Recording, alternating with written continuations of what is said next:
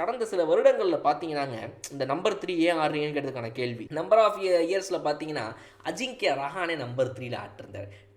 ராயுடு அவர்கள் வந்துட்டு மிடில் ஆர்டரை டேக் கேர் பண்ணிக்கிட்டு இருந்தார். ஸோ இப்போ இவங்க இல்லாத காரணத்தினால ஐயா நீங்கள் ஒரு பேரை மறந்துட்டீங்க, சுரேஷ் ரெய்னா அப்படின்னு நமக்கு சொல்ல தோணுதில்ல இங்கே. கரெக்ட். ஸோ இவங்கெல்லாம் இல்லாதனால we thought it is better I come back one step, நான் ஒரு ஸ்டெப்பு கீழே இறங்கி நம்பர் 3ல விளையாடினா சரியாக இருக்குமோன்னு நாங்கள் யோசித்தோம். இது வந்து நாங்கள் இன்றைக்கி நேற்று இல்லை, ஆக்ஷன்லேயே யோசிச்சிட்டோம். ஆக்ஷன் முடிஞ்சப்பவே இதான் எனக்கு சொல்லப்பட்டுச்சு. ரைட், ஓகே, அதுக்கு நான் தயாருங்கிறத அப்போவே நான் தெரிவிச்சிட்டேன். அதனால் எனக்கு அதில் எந்த ஒரு பிரச்சனையும் கிடையாதுங்க. நான் வந்து அடித்து ஆடுவேன், பொறுமையாக தட்டி ஆடுவேன், சுச்சுவேஷனுக்கு ஏற்ற மாதிரி ஆடுவேன். அதனால் எனக்கு எந்த பிரச்சனையும் கிடையாது.